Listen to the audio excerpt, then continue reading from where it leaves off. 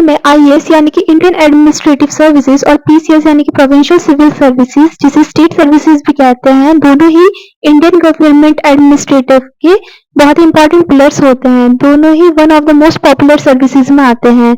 हर साल इन सर्विसेज में आने वाली नंबर ऑफ एप्लीकेशंस में ग्रोथ देखने को मिलती है। पिछले कुछ सालों में प्राइवेट सेक्टर और सेल्फ एम्प्लॉयमेंट से जुड़े फील्ड्स में आए नए-नए करियर ऑप्शंस के बावजूद इंडियन यंग जनरेशन में एडमिनिस्ट्रेटिव सर्विसेज जैसे कि आईएएस, आईपीएस या पीसीएस को लेकर के बहुत ज़्यादा पैशन है।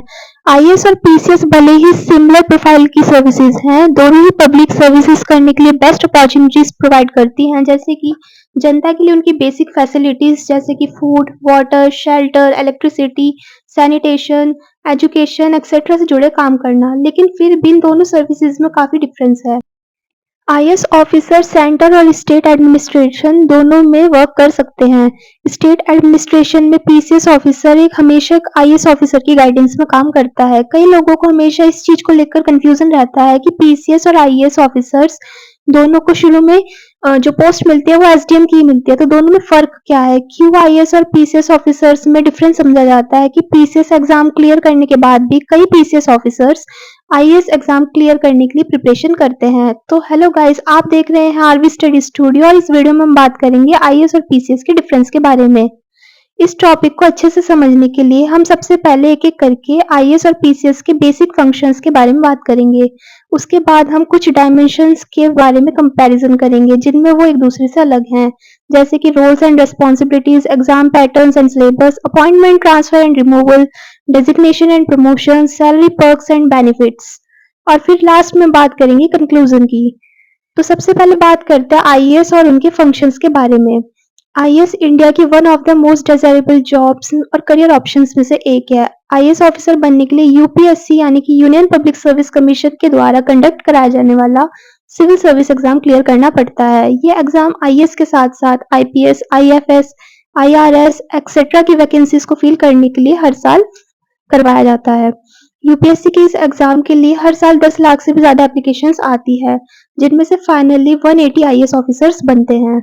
आईएएस ऑफिसर्स का मेन काम होता है सरकार द्वारा बनाए गए पॉलिसीज और कानूनों को अपने लेवल पर इम्प्लीमेंट करना और गवर्नमेंट ऑर्डर्स के अकॉर्डिंग उन्हें न्यू पॉलिसीज में फ्रेम करना। नेक्स्ट बात करें अगर पीसीएस और उनके फंक्शंस की, तो पीसीएस में काफ़ी फेम और रेस्पेक्टेड और इम्पोर्टेंट सर्विस है जो कि हर स्टेट की अपनी अलग अलग होती है। हर स्टेट के पीसीएस ऑफिसर्स के रिक्रूटमेंट के लिए उस स्टेट की पब्लिक सर्विस कमीशन द्वारा अलग अलग state civil service exam conduct कराए जाते हैं। इस एग्जाम के लिए भी लाखों में एप्लीकेशंस आती हैं और वैकेंसीज बहुत कम होती हैं। पीसीएस ऑफिसर्स की रिस्पॉन्सिबिलिटी होती है स्टेट गवर्नमेंट की पॉलिसीज और स्कीम्स को छोटे लेवल पर इम्प्लीमेंट करना।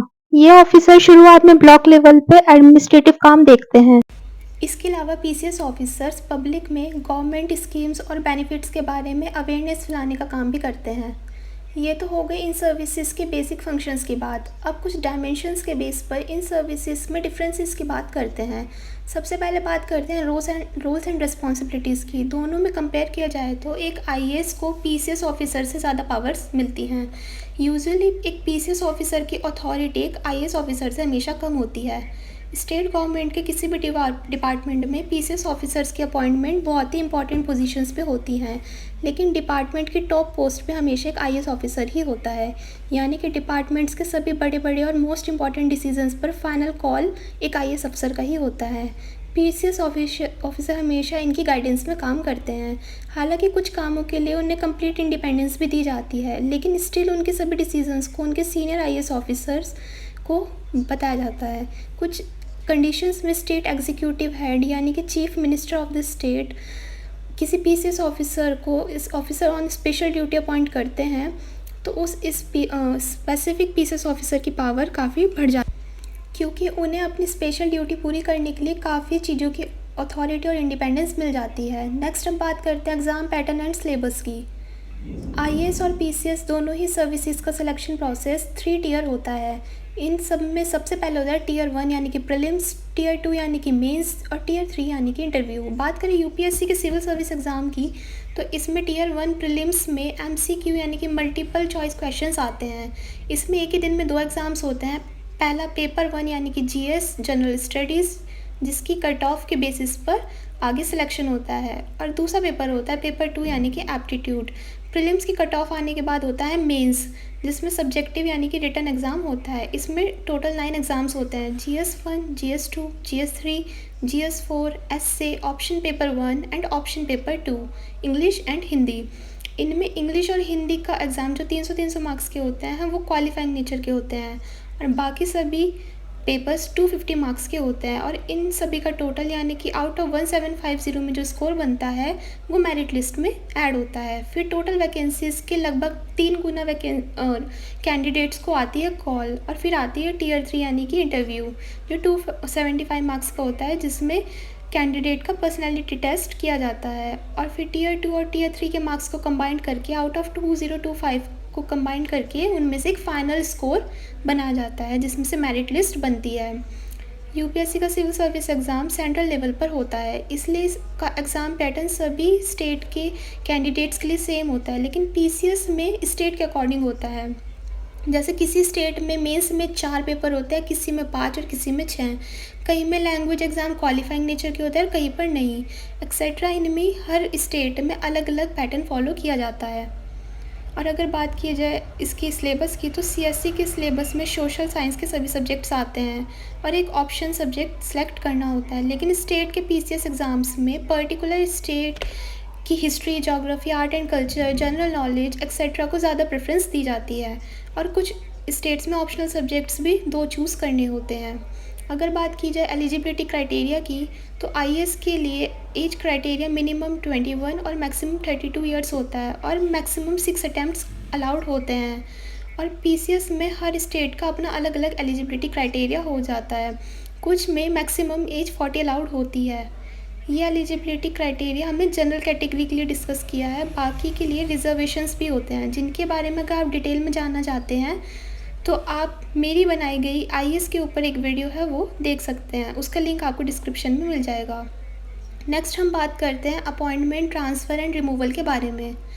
आईएएस का सिलेक्शन प्रोसेस सीएटी यानी कि सेंट्रल एडमिनिस्ट्रेटिव ट्रिब्यूनल के अंदर आता है, जबकि पीसीएस का सिलेक्शन एसएटी यानी कि स्टेट एडमिनिस्ट्रेटिव ट्रिब्यूनल के अंदर आता है। आईएएस ऑफिसर का अपॉइंटमेंट प्रेसिडेंट करते हैं, जबकि एक स्टेट के पीसीएस ऑफिसर का अपॉइंटमेंट उस स्टेट के गवर्नर द्वारा किया जाता है।